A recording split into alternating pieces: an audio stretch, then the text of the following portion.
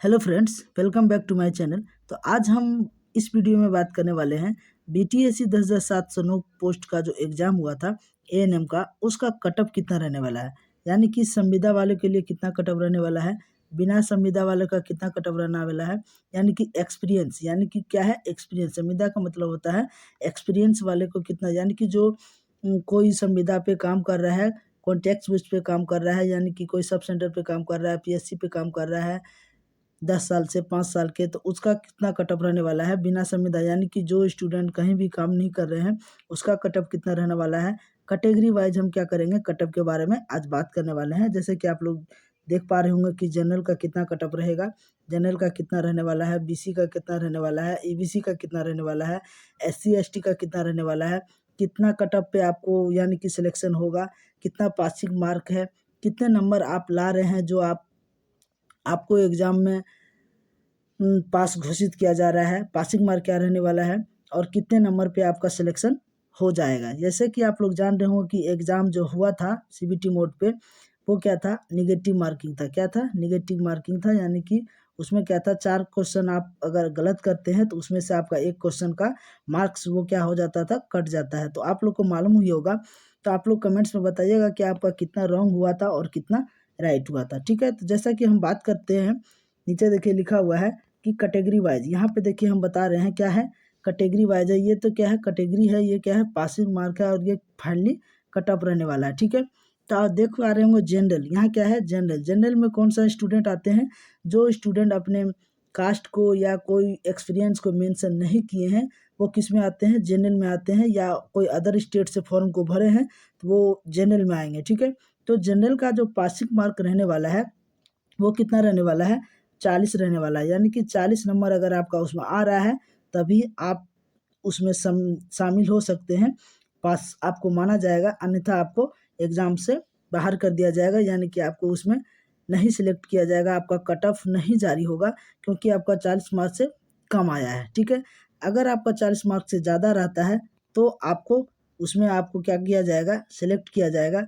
उसके बाद आपका जो कट ऑफ रहने वाला है जनरल वालों के लिए, वो 60 से 62 रहने वाला है। यानी कि 60 से 62 नंबर जिसका आ रहा है, इसमें आपका कम भी आता है, यानी कि 58 भी आता है, तो आपको उसमें क्या चांस बनता है आपका सिलेक्शन होने का। ठीक है, तो ये जो रहने वाला है कट ऑफ, वो किसके लिए है, वो जनरल के लिए है। ठीक है, अब बात करते हैं बीसी के लिए, यानी कि बैकवर्ड कास्ट के लिए। ठीक है, बैकवर्ड कास्ट का जो पासिंग मार्क है वो कितना है, 36.5 है। यानी कि 36.5 क्या है, इसका पासिंग मार्क है। यानी कि अगर आप इतना नंबर लाते हैं, इतना नंबर से आगे लाते हैं, तभी आपको पास सफल माना जाएगा, अन्यथा आपको सफल नहीं माना जाएगा। उसके बाद ही आपका कैटेगरी वाइज यानी कि कट ऑफ में आपको क्या किया जाएगा, शामिल किया जाएगा। और जो बीसी का जो कट ऑफ रहने वाला है वो कितना रहने वाला है, 50 से 55। यानी कि इसमें क्या करना है, आपको 10 मार्क जोड़ देना है। 10 मार्क अगर आप इसको जोड़ दे रहे हैं तो वो आपको क्या होता है, आपका यानी कि ये आपका रह जाता है, यानी 36 और 10 होता है 56। तो हम मैंने क्या की है, 50 से 55। यानी कि अगर आपका इतना आ रहा है तो आपको क्या है, आपका चांस बनता है, और इतना में आपका हो ही जाएगा।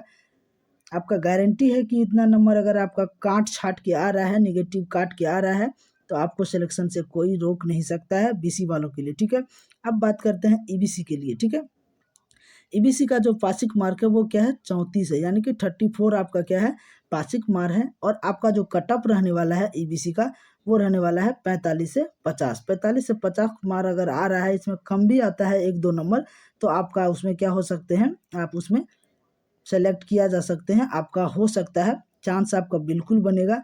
100% आपका चांस बनता है अगर 45 से 50 मार्क आपका आ जा रहा है तो। ठीक है, अब बात करते हैं, अब थोड़ा बात कर लेते हैं एससी वालों के लिए। एससी वालों के लिए जो है, उसका जो पासिंग मार्क है वो क्या है, 32 है। क्या है, 32 है, यानी कि 32 रहने वाला है।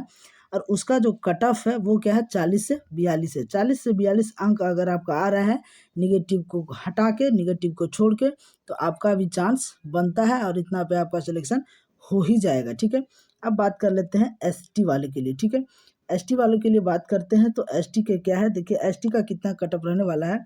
एसटी का जो पासिंग मार्क है वो क्या है, 32 है। एसटी का पासिंग मार्क कितना है, 32 है। और इसका क्या है, जो इसका कट ऑफ रहने वाला है वो 42 से 44। यानी कि आपका 42 से 44 मार्क अगर आ रहा है, निगेटिव को हटा के, यानी कि आपका एक्यूरेट मार्क्स 42 से 44 यानी 40 से आपका 45 के बीच में आ रहा है तो आपका सिलेक्शन हो जाता है एसटी वालों के लिए, ठीक है। अब बात करते हैं डिसेबल कोटा। डिसेबल कोटा यानी कि आप हाल ही में बीटीएससी ने एक नोटिस जारी किया था कि डिसेबल कोटा में जितने स्टूडेंट है उसका क्या वेरिफिकेशन के लिए, यानी कि उसका क्या करेगा, डॉक्यूमेंट्स वेरिफिकेशन करेगा। उससे बीटीएससी ने पता करेगा कि किस स्टूडेंट को कितने परसेंट डिसेबल कोटा में नंबर मिला है, उस अकॉर्डिंग उसको नंबर दिया जाएगा, ठीक है। तो उसका भी जो पासिंग मार्क रहने वाला है वो 32 ही है, ठीक है। और उसका जो फाइनली कट ऑफ रहने वाला है वो क्या हो जाएगा, 41 से 45। 41 से 45 क्या होगा, उसका कट ऑफ रहने वाला है कि इस नंबर के अंदर अगर स्टूडेंट आ रहा है, इतना नंबर आपका आता है तो आपका चांस बनता है। बात करते हैं संविदा वालों के लिए। संविदा वाला क्या है, कोई भी नॉन गवर्नमेंट हॉस्पिटल या गवर्नमेंट हॉस्पिटल में अगर कोई स्टूडेंट काम कर रहे हैं तो उसमें आपका 1 साल का 5 मार्क्स क्या दिया जाता है ग्रेस मार्क के रूप में। आपको एक्सपीरियंस में ये इतना नंबर आपको 1 साल का दिया जाता है, ठीक है। और एक दूसरा क्या है, अगर आप एएनएम हैं, अगर आप क्या हैं, एएनएम हैं, एएनएम करने के बाद आप क्या किए हैं, जीएनएम किए हैं तो आपका क्या होगा, एएनएम तो आपका है ही और जीएनएम का आपका एक्स्ट्रा 5 नंबर और देगा, ठीक है। यानी कि अगर आप जनरल से आते हैं उसमें आपका कितना है, 50 है, 50 मार्क आ रहा है और आप जीएनएम किए हैं तो 5 नंबर आपका और मिल जाएगा, तो आपका टोटल कितना हो जाएगा, 55 नंबर हो जाएगा। इसी तरह अगर आप बीएससी किए हैं तो उसमें और 5 नंबर आपका जुड़ जाएगा, अगर आप एमएससी किए हैं तो और 5 नंबर जुड़ जाएगा। ये जो नियम है, ये जो प्रोसेस है वो क्या है, सभी स्टूडेंट के लिए है, यानी कि आप जितने सब कैटेगरी वालों के लिए सबका सेम प्रोसेस है, ठीक है। बात करते हैं जैसे कि कोई डिसेबल कोटा है। डिसेबल कोटा में क्या होता है, कोई स्टूडेंट मानते हैं वो दिव्यांग है। डिसेबल कोटा का मतलब होता है दिव्यांग कोटा। उसमें क्या होता है, दिव्यांग के लिए एक बनता है, दिव्यांग का सर्टिफिकेट बनता है। सर्टिफिकेट में स्टूडेंट या जो भी हो उसको देखा जाता है कि कितने परसेंट वो विकलांग है, यानी कि हल्का विकलांग है या ज़्यादा विकलांग है, तो उस अनुसार यानी कि उसमें उसका परसेंटेज अगर मान लिया जाए 45% है तो उसका क्या होगा, उसका क्या बनेगा, उसका ज़्यादा नंबर मिलेगा। यानी कि उसको जैसे मान लेते हैं बीटीएससी ने किसी को 50% को 20 नंबर दे रखा है, एक एग्जाम्पल के तौर पर 20 नंबर दे रखा है तो उसको कितना नंबर मिलेगा, 20 नंबर जोड़ दिया जाएगा। अगर बीटीएससी ने उसको 10 माना होगा तो 10 जोड़ेगा, ठीक है। तो इस तरह का कुछ नियम है जो बीटीएससी ने लागू किया है और लागू कर रहा है। जैसे कि आप लोग देख रहे होंगे कि पहले एक्सपीरियंस वालों का डॉक्यूमेंट्स वेरिफिकेशन किया, उसके बाद क्या कर रहा है, पहले तो किया एक्सपीरियंस वाले को, उसके बाद कर रहा है डिसेबल कोटा को। तो ये सब करने के बाद आपका फाइनली कट ऑफ जारी कर देगा और फाइनली कट ऑफ जो रहने वाला होगा मेरे अनुसार तो यही रहेगा, इससे बाहर तो नहीं जाएगा। जैसे कि आप देख ही लीजिएगा, आपका एग्ज़ाम आने के बाद आपका रिजल्ट आने के बाद तो आपको मालूम ही चल जाएगा कि कितना कट ऑफ रहने वाला है। तो जैसा कि आप लोग ने समझ गए ही होंगे कि इतना नंबर अगर आपका आ रहा है इतना कैटेगरी वालों के लिए तो आपका सिलेक्शन पक्का है। तो आई होप ये वीडियो आपको पसंद आया होगा, तो हमारे चैनल को सब्सक्राइब करना ना भूलें। तब तक के लिए धन्यवाद।